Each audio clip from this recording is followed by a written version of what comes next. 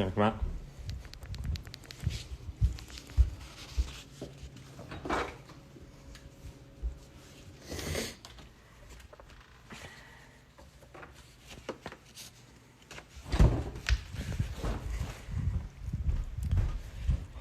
Morning, morning, morning.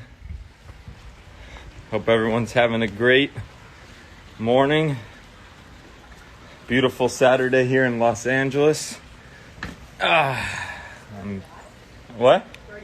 Yeah, I just went live.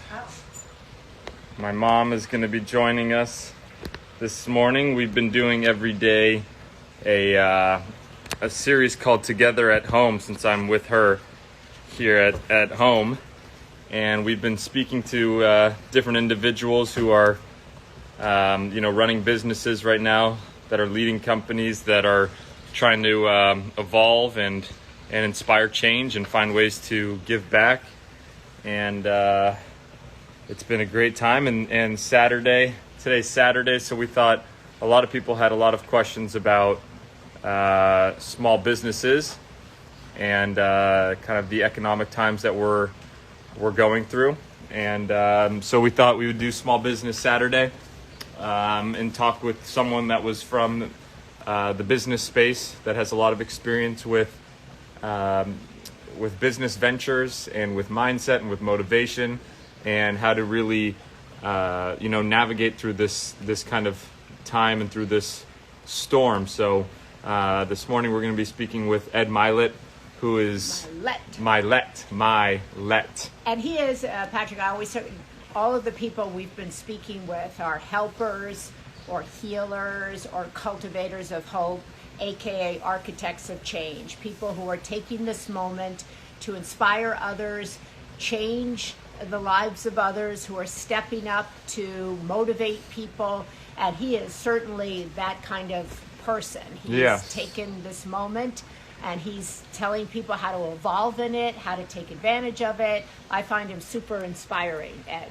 He's extremely inspiring, and he's been very helpful with myself and my life, keeping me extremely motivated and inspired, helping me push past my limits, and to really help hack my brain and really to believe in myself, and to utilize my fears, and to push past any negativity and any downtime. So that's why I thought Ed would be a perfect person for... There's Ed. Oh, is he there? There he is. We don't want to keep Ed waiting. Yeah, we don't. Ed's a busy guy. Ed's really busy. Ed Mylett. Ed is really busy, and he lives on the ocean because he does all the ocean. And he's probably been to the gym. He's probably done all kinds of things already. Hey guys. There he is. Hi Maria. Hey brother. Hi, Ed. What's going on? Good to see you.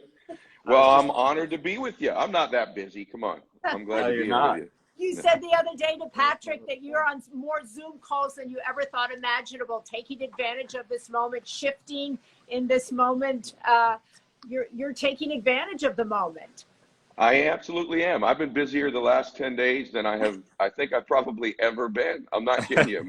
It's crazy. My wife was just saying that this morning. She's like, sun up to sun down, plus a late into the evening. So everyone needs help right now. You know, I hate to see so many people suffering, and I've been on almost every one of these lives you guys have been doing this week with Tom Bilyeu and Mel Robbins and all the other people you've had on, and it's just wonderful that you're doing it. So I'm glad to help any way I can.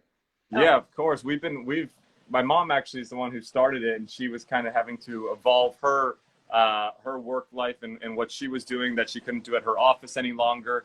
Yeah. And that's how it kind of started, and which kind of brings me to my first question with you. Your last post, you specifically said we're in a time of change, in a time of evolving, and that we really needed to look at this kind of opportunity right now. So I wanted to hear from you. How are you kind of evolving? What do you mean by that in this time of change? Well, you know, and by the way, I don't mean it in a Pollyanna way. I know that people are really suffering right now. Yeah. There's some people with some really urgent needs, and they're worried about eating in a few weeks. And so I don't mean it in the way that, just some concept of a thought. Having said that, though, you don't have to believe everything you think. And just because you think something doesn't mean it's true. And so one of the ways we can evolve is that we can begin to think right now, let's question our own thoughts, because Dr. Daniel Amen's been on my show, and I've worked with Dr. Amen quite a bit, and he's really got me to be that way in my life, where not everything I think is true. Yet we sort of operate that way, and then we take actions on it. These thoughts give us emotions, and all of a sudden you're spiraling in a different direction that you don't want to be. And so I feel like right now you could take this as an opportunity to be training, preparing, and growing in a way that you never would have been able to have this gift before. In some ways, it's a tremendous gift, even though it's a hardship. This puts to test everything we say on, social media or personal development and self-help. I'm known for saying everything happens for you, not to you. Mm-hmm. And this is a difficult time to really believe that, but you have to look for those things. Those are the thoughts you have to be looking for. And for me, it's almost, this is the one shot our culture consciousness is going to have to evolve. Perhaps the gift here is we're all going to come out of this thinking just some slightly different thoughts. What really is important to us? What matters to us? Who are we? What do we really want in our lives? What really makes us happy, right? And for me, I'm looking at this like almost like an athlete preparing for a season I know is coming. I'm training, I'm growing, I'm expanding. I don't want to be the same person at the end of this. I want to get something for all this pain. If you're going to go through pain, you should get something for it. Ed, Andrew Cuomo said yesterday in his press conference that this is a moment for the entire country, right? For the world, but for the country. And it forges character. It's a moment to forge character, to talk to your kids about. How is it changing your character? And what advice do you have for people out there who feel like completely helpless in this moment? Like, I can't build my character. I can't even afford food. Yes. One of the things you can do when you feel helpless is to become helpful. It'll completely change your state. And so, you both received messages from me this week. One of the things I've tried to do this week, I've consciously taken time to just, how can I serve? I'm asking myself, what can I learn from this? What is this trying to teach me? Everything's a teacher. What is this trying to teach me? And perhaps one of the things for me was maybe slow down a little bit and let the people around you know how much you love and care about them. I feel helpless. Like today, this is a gift for me because hopefully we're being helpful. And so all of you that are listening to this, were born to do something great with your life. Big ways and small ways. All of you were, every human being was born to do something great with your life. And perhaps this is a moment, if you haven't felt that way about yourself in a long time, that you can begin to act greatly in kind, small ways that maybe nobody's going to know about. And it might be as small as, what if you decided every day you're going to write down a list of 5 or 10 people that you're just going to reach out to and say, I'm here for you. Can I help you? I might not have a lot to offer you, but I got a listening ear here. We can talk. I'm here for you. You'd be surprised in those moments how one of them needed you in that very moment. And you've done something great. And so you're not helpless, and you certainly are helpful. And you can make a difference in other people's lives. And just getting out of your space, because perhaps what's going on around you is so stressful and causes you such anxiety. If you could get out of you and into someone else's spirit and serve them and help them, at least in that moment, I promise you, you'll not feel helpless. You'll feel helpful, and it'll transition that feeling you've got right now. And I've been doing a lot of that. And by the way, when this is all over, I think many of us are going to remember those people that reached out to us. 100%. And I know I'm not going to forget. There's some people that I was very surprised, sincerely said, hey, man, I love you. I care about you. Everything okay with your family? People I hadn't talked to in quite a while. And I'm not going to forget it. And so you could be that person in someone's life who needs you right now, today. They need a call from you. They need a text. They need a video. I love you. I miss you. I'm here for you. And reach out. I promise you that would change your state in the moment you do it. That's so good. I think that, that's been a big proponent of what you have talked about is every day, hey, let's think of who's single, who's alone, who's living alone, whose parents we can reach out to and just, reach out and say, hi, we're thinking of you. Is there anything we can do for you? I think that one of the things that I've learned during this time is how impactful we can all be just by reaching out to people, by reaching out to small businesses. I mean, I've reached out to a bunch of different companies that have just been like, wow, man, thank you for checking in on me. It's been a whirlwind recently. And I'm sure you're dealing with that as well, and which kind of is why we wanted to do this today, was to really help small businesses and for entrepreneurs. And one of the things that you've really talked about is not being scared, but being prepared. And you really just, you talked a little bit about that in the beginning, but if you could talk to these young entrepreneurs that are on here today, what would you tell them? Older entrepreneurs. And older entrepreneurs. I'm an older entrepreneur. Well, here's some good news. Let's get some perspective on this. Here's the irony. Do you know that most successful entrepreneurs, if you look at the data, most successful entrepreneurs started their businesses in either personal or economic down cycles, not up cycles. Up cycles are for the big dudes.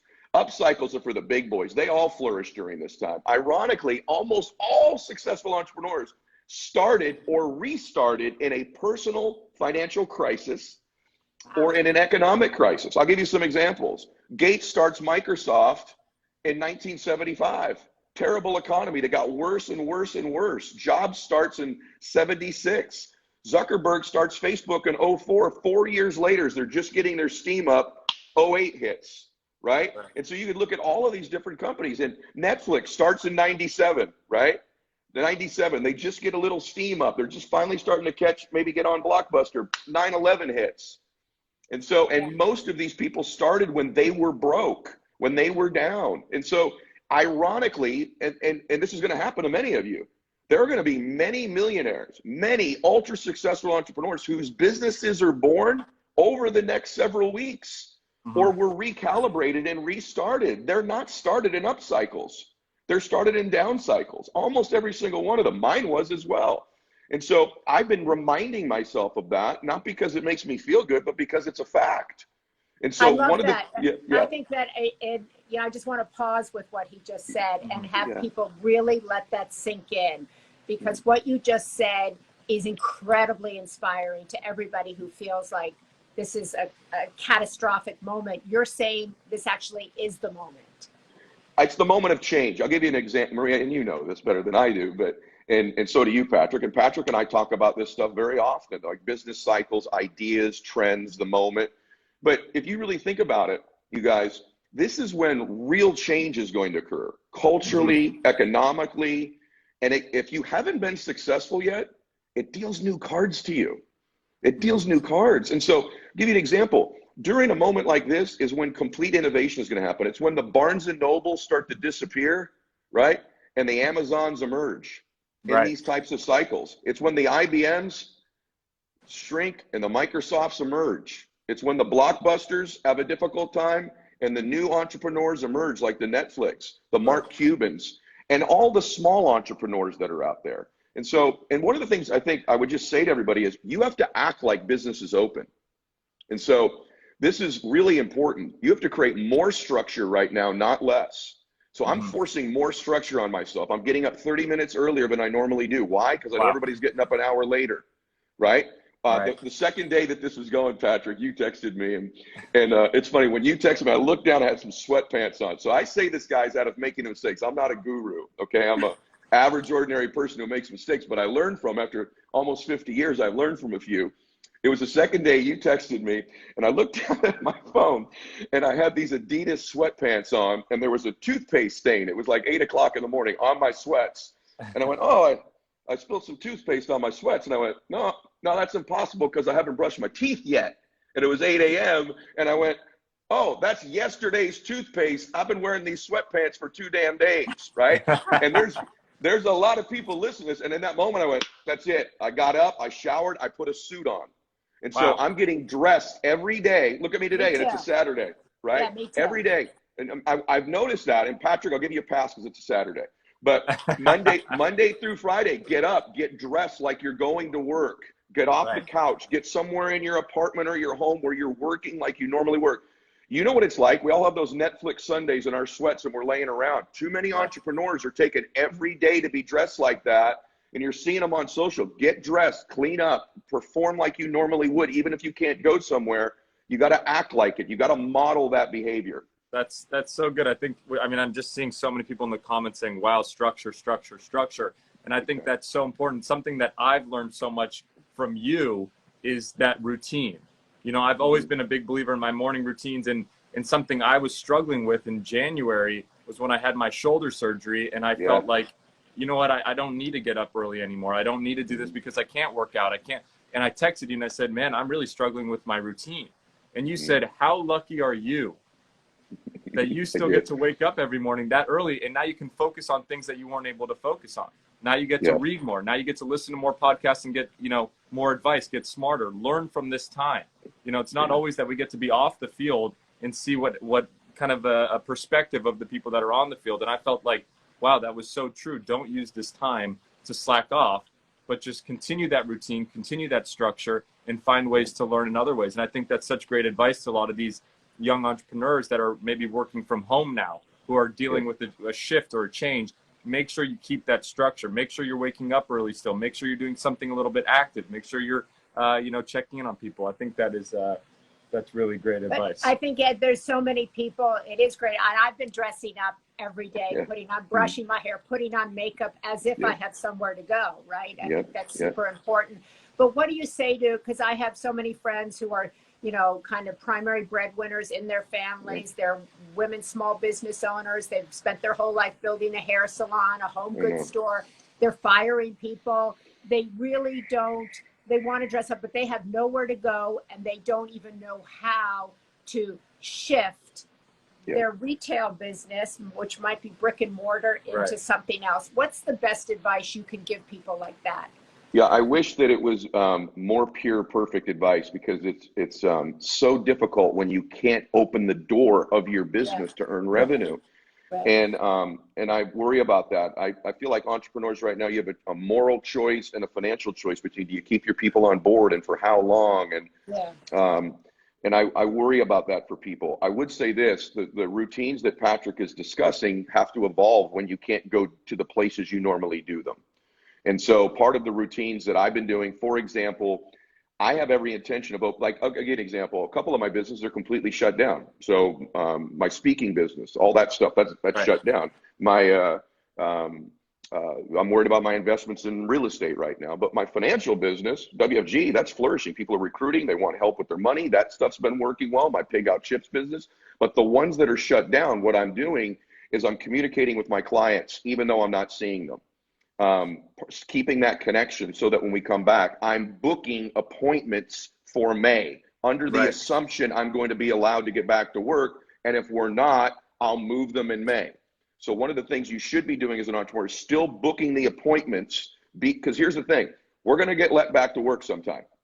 We don't know when it is, but we can make some predictive guess of when it is. And you want to be full speed, because you're going to need to make up all that revenue immediately. A huge mistake would be having nothing booked, because you don't know when you're going back. Pick a window where you think you're going to be going back, even though it's a variable, and keep booking appointments with your clients that are going to be seeing you, providing they feel like they'll have the money at that time to see you.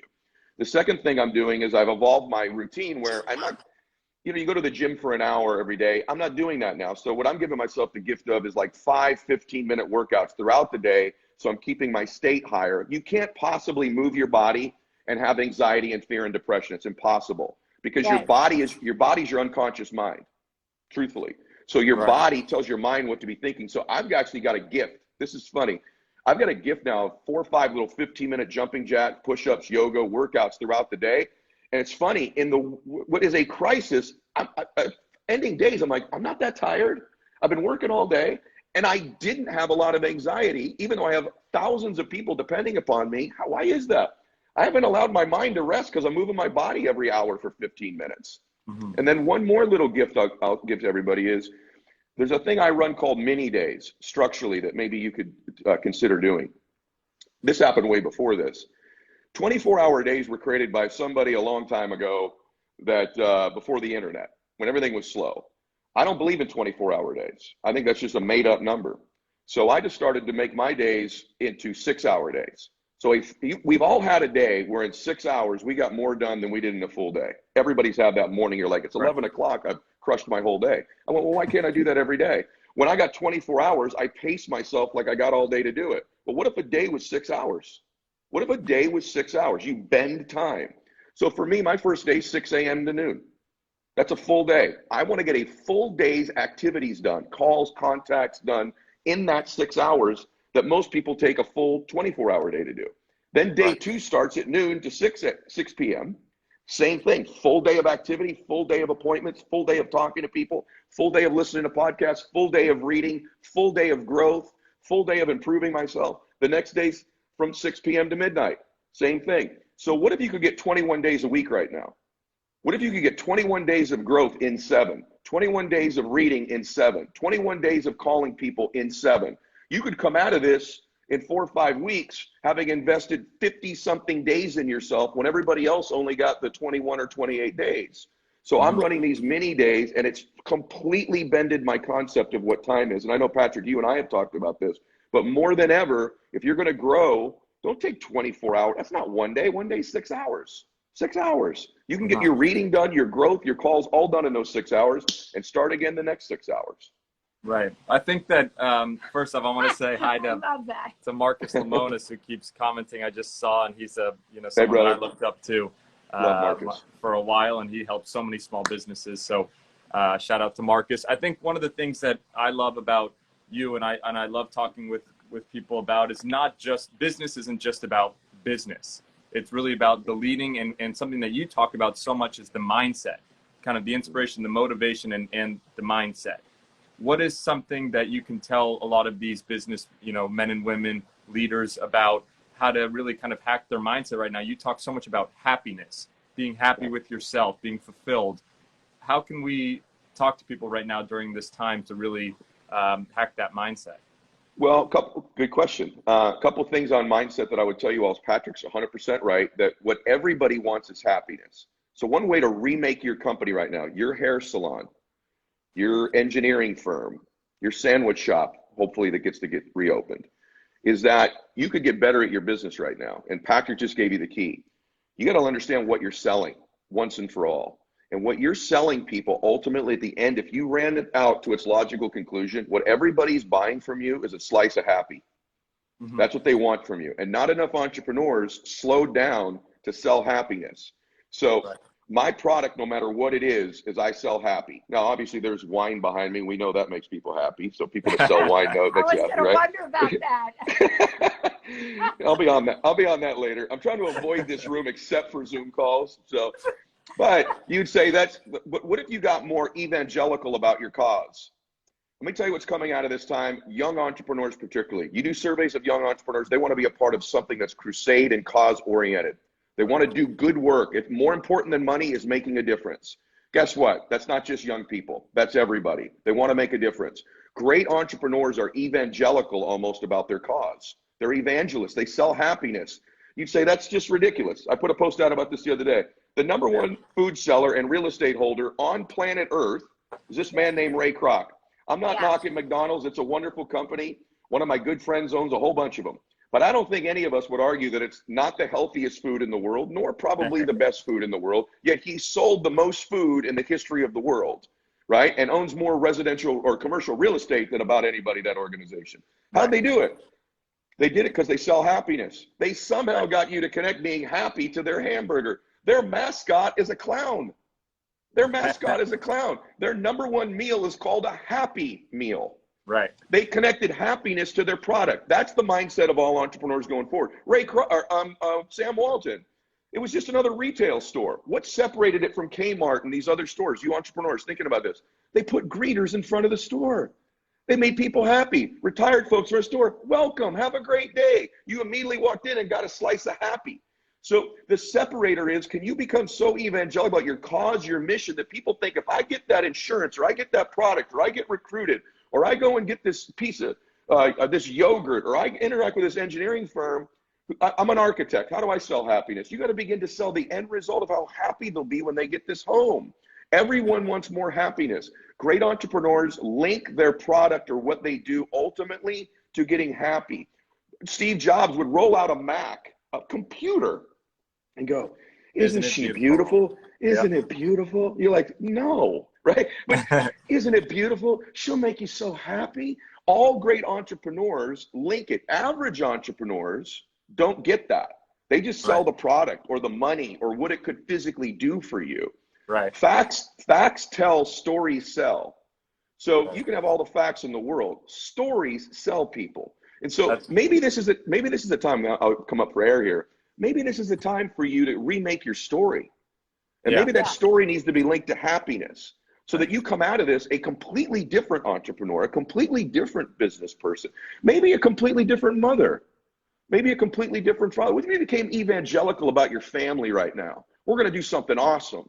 We're going to do something great. We're special. We make a difference in the world. What if you just got a little bit more evangelical about the cause of your family?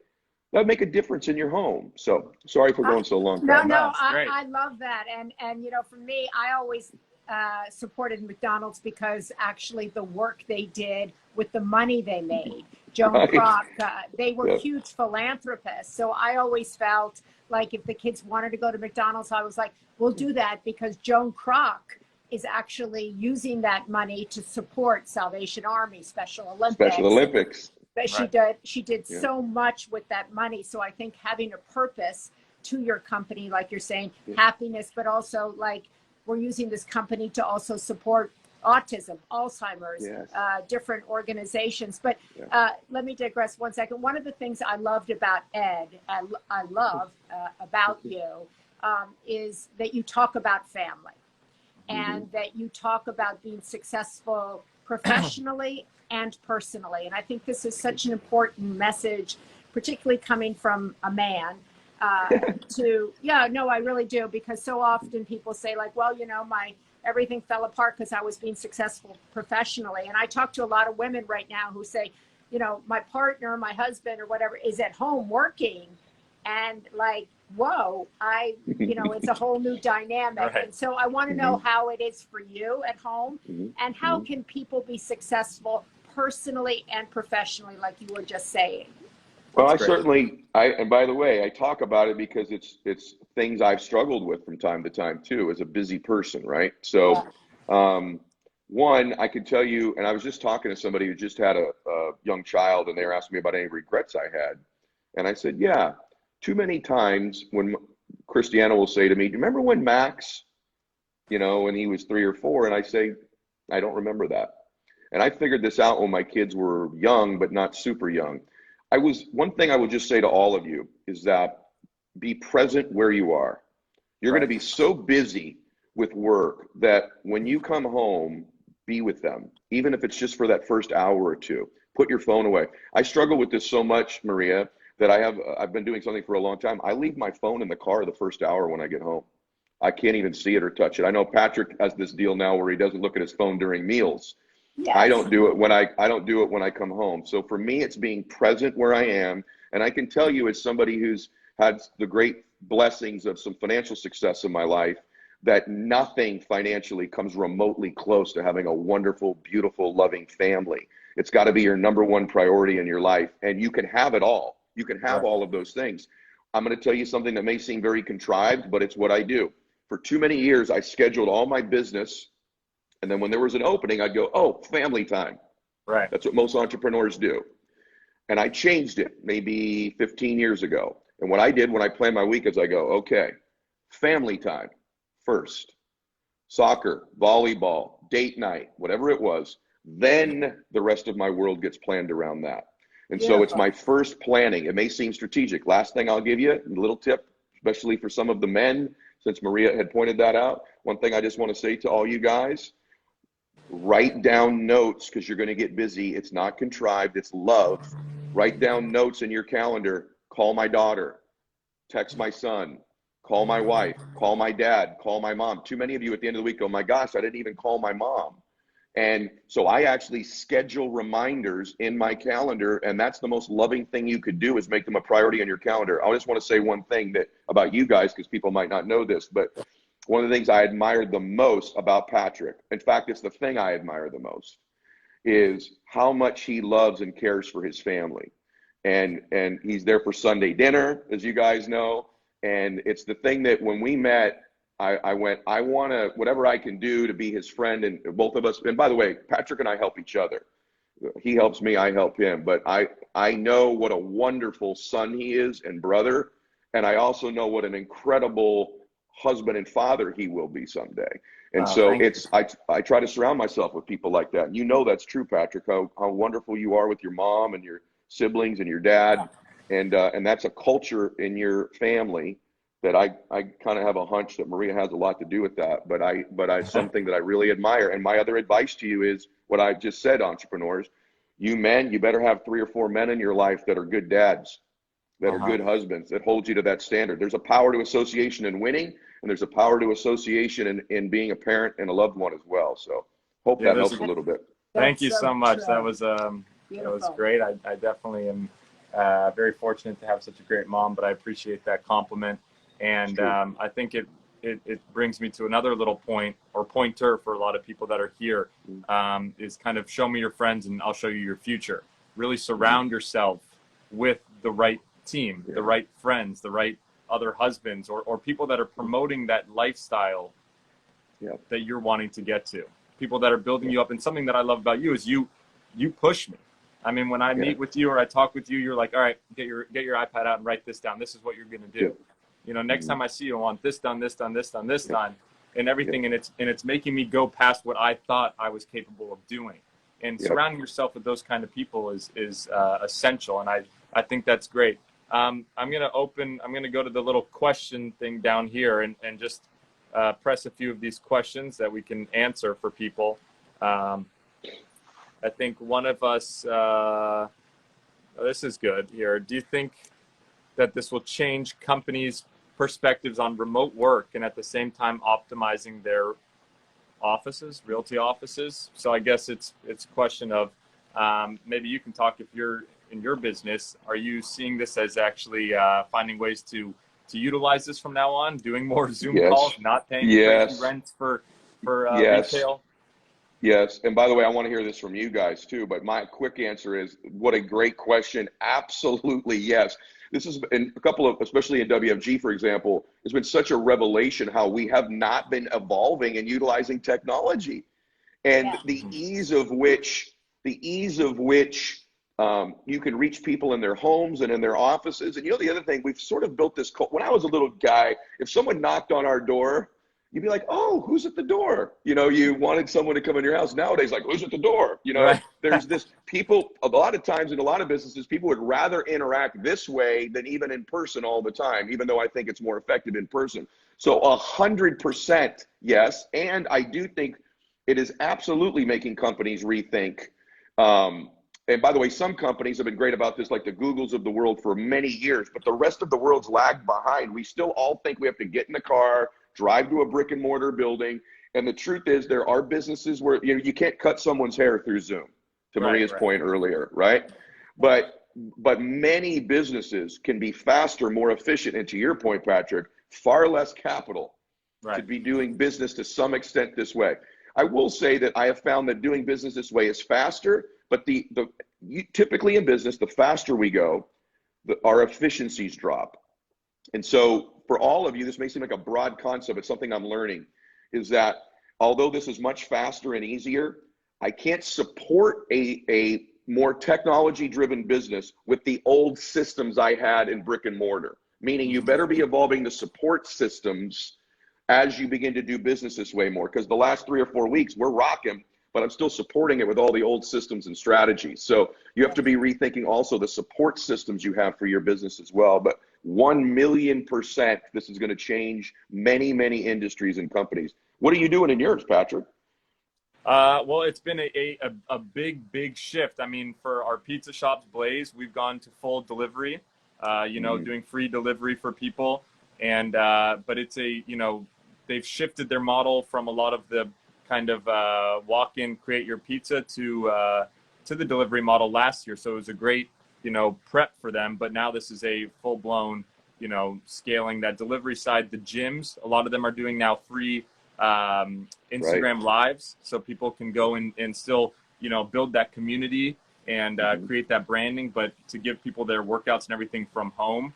And then a lot of the ones that are in the grocery stores and stuff, unfortunately, but fortunately, are doing well because people are just hoarding the grocery stores right now.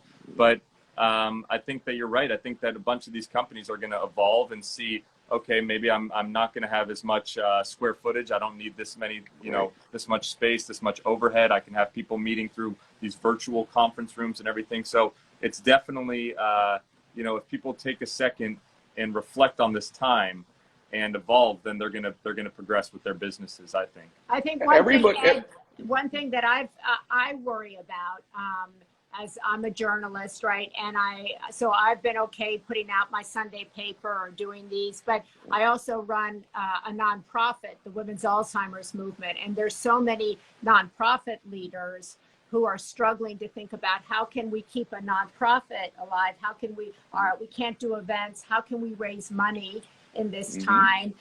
What's going to happen? So many nonprofits laying people off thinking they can't raise money because everybody's raising money for COVID. Yes. Okay. Well, that's a good point, Maria, but I will tell you, I'm involved in a nonprofit and we have an event that we were going to do live.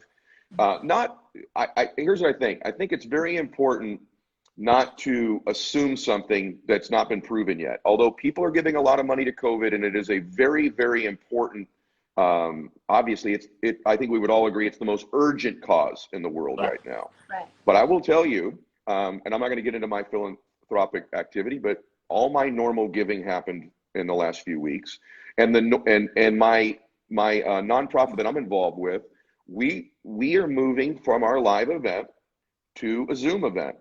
Wow. And we're having the same speakers, the same communicators, the same folks. You don't get that kind of peer pressure that's good at fundraisers where everyone's in the room together, but everyone's on the screen together. And so, for example, I was talking to Rachel Hollis, who's a influencer in the inspiration space, and Rachel basically does live events. She's moving her event to Zoom. She's probably going to reduce the ticket price. The good news is far more people will be on that Zoom meeting than could have flown to where the event was, paid for a hotel room. And so many of these things in your nonprofits or your businesses, there's some windows here that are pretty special because some of the money they'd have to spend to get there, or timing in a calendar where, you know what it's like, Maria, you have an event and you go, it's March 6th, and there's so many people that can't fly or get there March 6th. Well, they can get on a Zoom event and hear a speaker and be moved. I have a couple events coming up with some very, very higher end former leader speakers politically. And I could tell you that more people are excited about seeing them through this venue than they would be to have to find to get there. So let's not make all these assumptions. Those of you not run nonprofits, listen, you got to get resourceful. Right. And there's a lot of power, and I'm not just giving any of the mindset stuff here. There's a lot of power to what you believe. There's a lot of power to what you think. And if you have a limiting belief that you can't raise money right now, or that people won't gather and listen to speakers, there's someone proving you wrong. There's someone doing it. And so if someone's doing it, you can do it. In the speaking space, all the folks that are speakers are like, hey, I can't do my event. I can't do this. Well, there's people doing them.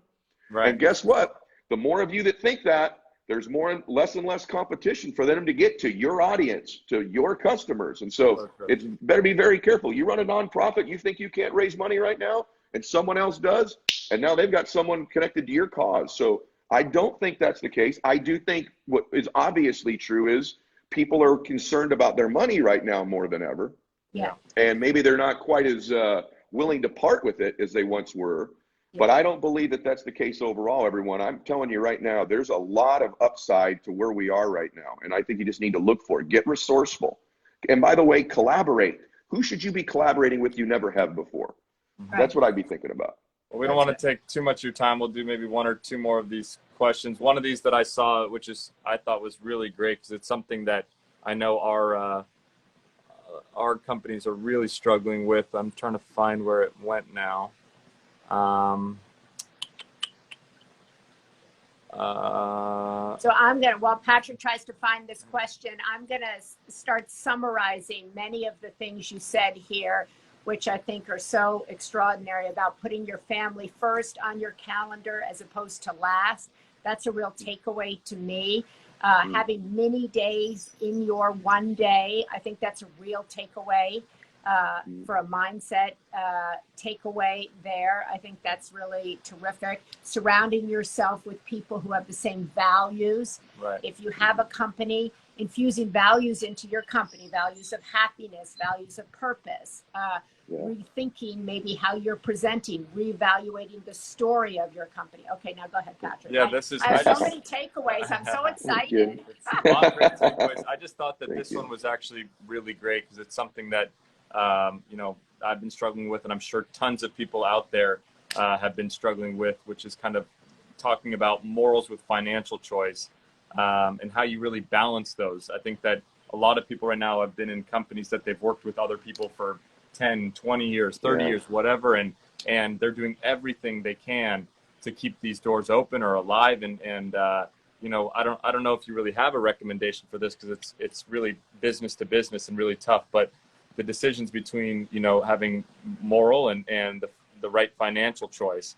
And I know for myself, I think that a lot of things are waiting to see what happens with the government and loans and paybacks and everything. But I didn't know if you had any advice for that. I do, and it's easy for me to say because I'm in a good financial situation, but for me, there is no choice between moral and financial. I have a moral obligation. And now that's different if you have no financial means. But I've been quite frankly disappointed. We're going to be candid. I've been quite frankly very disappointed and hurt by so many entrepreneurs that I know could be writing this out a little more with the people that have been dedicated to them for 5 and 10 and 15 years, and they just immediately cut. And I know they don't have to. And it's been really, it's hurt my heart to see it. Some of them are friends of mine, and maybe they won't be long-term, because what Maria mentioned, Governor Cuomo earlier, one of the things I really admired watching him is, and this is a couple tips I would give on this topic for you entrepreneurs. Got to be candid. We just lost Jack Welch recently, one of the great executives in the history of the country. And Jack, yeah. Did you really? Yeah. Well, then,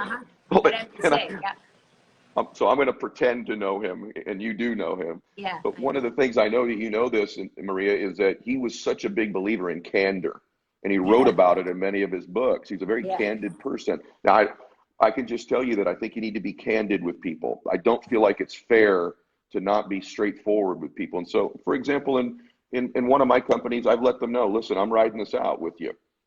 I'm also going to let you know, as long as I can, I will. But when I can't, I'll give you notice, enough time to let you know if I couldn't anymore. And so for me, it's a moral choice. If I have to mortgage a home, which I won't have to, but if I had to, I would do that to make sure these people that have been so good to me.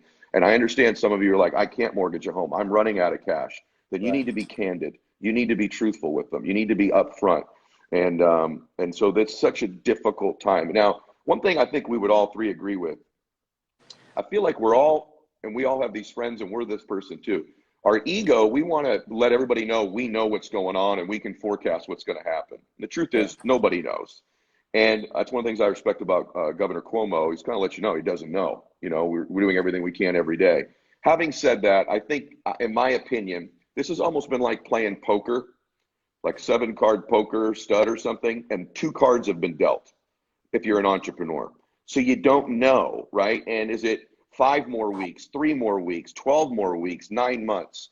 In my opinion, another card or 2 will be pretty revealed in the next week or 2. Right. One way or the other. I think in the next week or 2, we're going to know, most of us, whether it's, and maybe different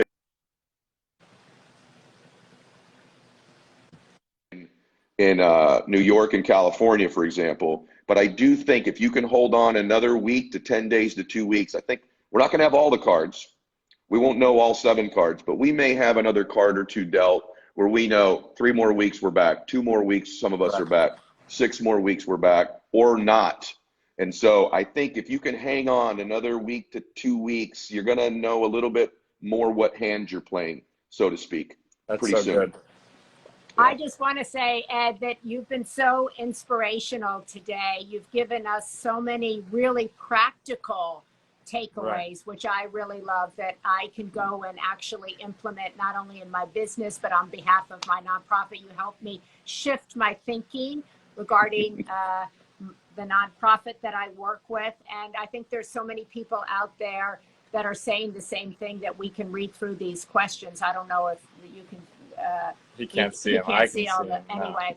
So I don't want to keep him because it's Saturday morning and he Yes. has a family there. But I just also, even though he's in a wine cellar, I just want to say that also, I just want people to know that you're a really helpful person. And you give back, and with your time, your energy, and your commitment. And I know that firsthand, so I just wanted to say that. I do too. Yeah. I know that firsthand, So I and just want to say that. it's been so helpful for me. And I think that you know, one of the things we've talked about is how do I in turn help other people and take the things that I've gotten to learn from you and really go out there and motivate people, inspire people, help young businesses. So I really appreciate you doing this with me today. I know I reached out to you and said, man, we really got to do something together to help these young businesses that are struggling. So many people are messaging me, and you said, done, tell me when. And we made it work. So we're really appreciative. So, I got to say one thing about you, so then we'll finish. So everybody, I love Maria, and she's incredible, and I'm so grateful you connected Patrick and I. But everybody, there's a couple, 2,500 people or so on this call here, many of which follow me, many of which follow you. But if you follow me, you need to be following Patrick Schwarzenegger, you guys. He's he is a really special young man, and there is an entrepreneurial spirit in there, and honestly, a brilliance of the way he thinks about business and entrepreneurship. And he's an emerging thought leader in this space. And I'm not just saying that's why I did this. I've only done 2 of these. I've done it with my best friend and business partner, Andy, and you, and obviously Maria. Wow. And so if you're following, I did it with Matthew Hussey, because I love Matthew too. That's true. One of my best friends. Wow, we're so honored. That's Stop cool. it. You know that it's been my honor today. Just stop. But I Patrick want everybody wanted to go. Do it on his page. I couldn't do it on my page. It was on his page. I asked him that last night. I said, I know what you're doing. You're picking up followers right now. I know what you're doing. I was like, I want to talk to Ed on my page. He's like, no. You can do that Monday. So double down. Go follow Maria and go follow Patrick. And Ed, you know, we didn't get to say in the beginning, but I mean, you have an amazing podcast. You're a top-selling author. You have a great page. Where can people find more about you, or learn more about you, or watch? Yeah, right here. All my stuff's free. You can just go on Instagram. You click the link in my bio. You'll find all my podcast and YouTube and all that stuff. You can go get all of it. So, I love you guys. Thank you. Thank you. God bless you. Have a great day with your family. Okay. Bye. See ya. Bye. See you. Bye-bye. Okay, remove Ed. Okay, well, thank you, everybody. I know there were a bunch of questions. I mean, we had hundreds, and we only got 2. Podcast? His podcast. His podcast is the Ed Mylett Show. Show. Yes. He gave a lot of really great advice. He did give some really great advice. So hopefully you guys got to learn from that, take home some tips and some tools to help you stay motivated and positive during these times. Shout out Ben Baller. I see you. Ben Baller. Ben Baller. That was awesome, says Ben Baller. Ben Baller. Maybe I'm going to change my thing. Maria Baller. Ben Baller. Wow. Okay, Ben Baller. Who's Ben Baller? Ben Baller. I'll show you after. Ben Baller has an amazing small, actually probably larger business now. But really? Jewelry, all the bling that me and you don't have. Oh, is Ben Baller. Oh, really? We can't afford Ben Baller? No. He's really a big deal, big time Ben Baller. But anyways, I hope you guys really enjoyed it. We've been doing this every single day, called Home Together, since we're home together and quarantined. And so we're trying to speak with different leaders each and every day, find ways for them to give their kind of tips and tools, their motivation. They can suggest people to you. Yeah, so if you guys want to DM, if you want to message me or anything, some people that you have on your mind that you want to listen or hear from, we are happy to go and reach out to them. We did tons of people last week. Yeah, we did Tom Bilyeu from Quest and Impact Theory. Kevin Love. Hoda. Kevin Love, who's a great friend of mine who talked about mental health and anxiety. Joe Kennedy. Bethany Frankel yesterday, which was fantastic. And we're doing Rob Lowe on Monday. And that'll be Garner. and Jen Garner. We'll do that on Maria's Instagram. We're trying to do the weekends on mine, Small Business Saturday and Sunday. And we're working on getting Guy Fieri. Guy Fieri. Yeah, he's doing a lot of work helping restaurants. For workers and restaurants. Yeah, so we're trying to do people that are out there making a difference. I call them architects of change, people who are taking this moment, trying to help other people. Certainly Ed taking this moment. Simon Sinek. We're going to do Simon. Oh, yeah, we have Simon. Oh, is that Simon saying Simon or Simon? No, somebody else. Simon is really great. Jay Shetty. Simon Sinek is doing a lot of inspiring stuff online, and he's a good friend. I'm taking a social distancing walk with Simon today. Oh, great. So I think I'll go through and just see if I can answer a few of these quick questions. One of you guys mentioned, can you repeat the 6-hour shift? And I think Ed was talking about instead of focusing on you have the full day to do things, really just saying you have a 6-hour day, and that will in turn make your mindset know that you're kind of get everything done in that period of time, and you'll be more productive when you set that kind of time limit with yourself. So that's the short answer of that one. So it's looking for as your day really as multiple days in one. So 6 to 12 is one day, 12 to 6 is another day, 6, to midnight is a third day. So using your day effectively and efficiently, which I thought was a really helpful thing. Several people suggesting Mel Robbins. We did Mel Robbins last week. She was fantastic. Yeah. Here's someone that said how to create a healthy balance between offline and online time. I think Ed nailed that on the head of saying that he used to focus on, this is my business time, and let me fill in all the blanks with my business, and then whatever's left, I'll go to my family. And instead, he said, shifted that to, okay, now I'm going to take this time out for my family or my friends or my personal development side, and then the rest will go be filled in with work. So online and offline time, a big thing that I've tried to do is start my meals with no phone. I think you do a great job of starting your morning every day without a phone and doing meditation. So make the priority to find time each and every day to spend offline. People said that Ed has a YouTube channel. Yes, he has a podcast and a YouTube channel that you can follow him on. And he has obviously his Instagram, which is very inspiring every day. And he gives really great advice on a daily basis, which I have found to be really inspiring. So these are additional questions. These are just ones that are going through that we didn't get to go through. Asks about do you have a business and how are you changing right now? I'm changing every day. I have a nonprofit called the Women's Alzheimer's Movement, where we educate people about Alzheimer's and brain health. And we also raise money for research, gender-based research. And I'm going to think about that differently after just listening to Ed.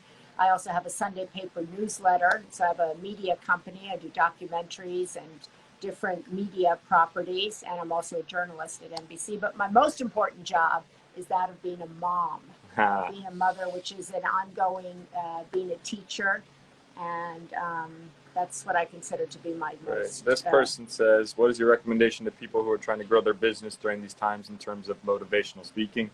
So I think Ed did a great job right there. Again, Ed can't go and give large speeches. He can't go and meet person to person, but he's doing these kind of Q&As, these Instagram lives, these Zoom calls. So if I were you and you're trying to pursue that path of motivational speaking, continue to use media, use Instagram, use YouTube, create your messages, speak with other people, and, continue to find ways to utilize this time for yourself. We'll do one more and then we'll say our byes.